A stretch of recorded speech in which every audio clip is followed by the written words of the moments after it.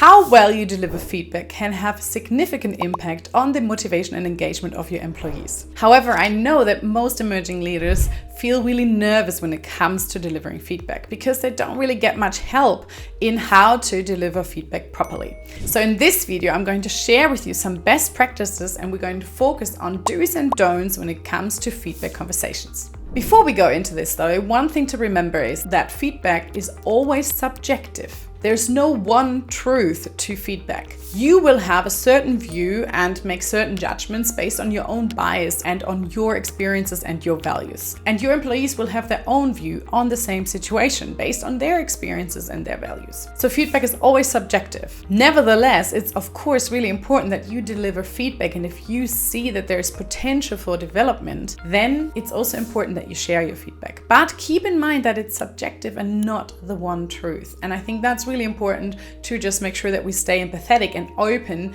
to hearing the other person's view. Let's now look at the do's of delivering feedback effectively. Number 1, lead with a positive intent. Most people want to do a good job. They don't come to work to screw up or undermine you or do something really, really badly. We want to do a good job. We want to stay in this job. We want to have the security, and we even want to advance in our careers. We often jump to conclusions as to why people are not performing in a certain way. So instead of assuming though, ask questions and try to get to the bottom of what is going on. Sometimes there is a history, sometimes something has happened in their personal lives. There's always an underlying reason why someone is underperforming. And maybe they don't even know how to do it better or what better looks like. So by showing that you have a positive intent and you're really interested in understanding their development and in helping them do the best job they can, they will open up and be less defensive about feedback, and you will have much better feedback conversations. Number 2, share feedback regularly. If you've seen my videos before, you know that I go on about regular feedback all the time. And this is really key, because if we give feedback in the moment or as close to the moment as possible, it never becomes this big awkward thing that we need to talk about and everybody is scared of. Share positive things that you observe right there and then. Share negative things and development potential close to when it happened. So that way you can give specific examples and also describe the impact that this behavior has had. This makes it much easier for everyone to understand the feedback and take it on board. And chances are they're less defensive because it didn't grow into this one big thing at the end of the year. Number 3 is choose clarity over comfort. This is a tricky one because when we give feedback, we sometimes tend to soften the blow, or we don't want to deliver this bad feedback, or we don't want to hurt someone in the process. Sometimes we even use the sandwich method for feedback. That also is kind of just designed to soften the blow because we share something positive, quickly squeeze in the negative, and end with a positive note again. And this kind of dilutes the message about the development potential that we see. As a leader, it's important that you show a little bit of courage. You gotta choose clarity over comfort. You gotta be clear and concise when providing feedback, even if it feels a bit uncomfortable in the moment. Afterwards, it will feel better because everybody understands what you want to say and you are on the same page. And from there, you can together look at a potential solution. This will also help you to be really concise in the feedback and don't generalize, because that can make people feel defensive if you say that, "Hey Peter, you are always late to our meetings," or "Suzanne, you're never prepared." So when providing feedback, it's important that we give specific examples of the behavior and the impact. This could look like this, for example. So instead of saying, "John, you need to improve your communication," which is really vague and not specific, you want to say something like this. "John, in last week's meeting, I noticed that you interrupted several people. This had the impact that Peter did not want to share his opinion again and didn't feel like you valued his opinion.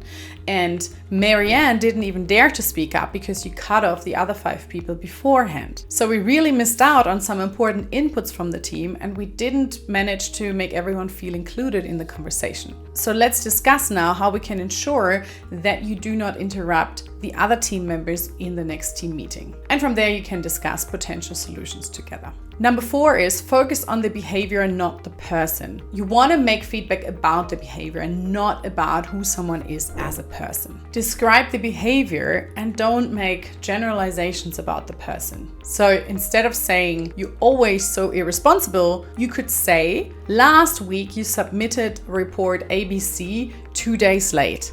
This had the impact that and this is how you continue. But you don't generalize, you don't put them in a box and define their personality. You focus on specific behavior that you would like to see changed. And number 5 is encourage a two-way communication. Feedback is not just about you dumping everything that you think and saw and criticize someone. It's also about inviting somebody else's point of view. Remember, your feedback is not the one truth. So there's another side to the story, and it's really important to make sure that everybody gets a chance to voice their point of view as well. You can learn a lot about what's going on for a person if you listen to them. And then together you can look at the problem together as a team and figure out ways for development or solutions for next time. Okay, now we looked at 5 things that you should do in feedback conversations, and we're gonna move on to the things that you should not do when it comes to feedback conversations. Number 1, don't wait for mid-year or end of year reviews to share your feedback. Feedback should be timely. Don't wait too long because it loses, it's not specific anymore, and they also don't have a chance to do anything about it. And even if it's positive feedback, you want to hear it in the moment that you're on track. People have a desire to know how they are going and how they are tracking. So you want to make sure that you provide feedback as soon as possible. If you wait till the end of the year, you will have a really awkward conversation that will leave both of you frustrated and deflated. Number 2, don't make it personal. Attacking someone's character or personality is not going to lead to a productive outcome or a change in their behavior. It's going to make them defensive and close off. They don't want to listen to you or listen to your feedback anymore. As we said before, stick to the behavior and not the person. Number 3 is don't ignore your contribution to the problem. Whenever there's a problem with an employee in our team, us as leaders, we have always had a certain contribution. It could be that we didn't explain things clearly. It could be that we left out information. It could be that we didn't bring up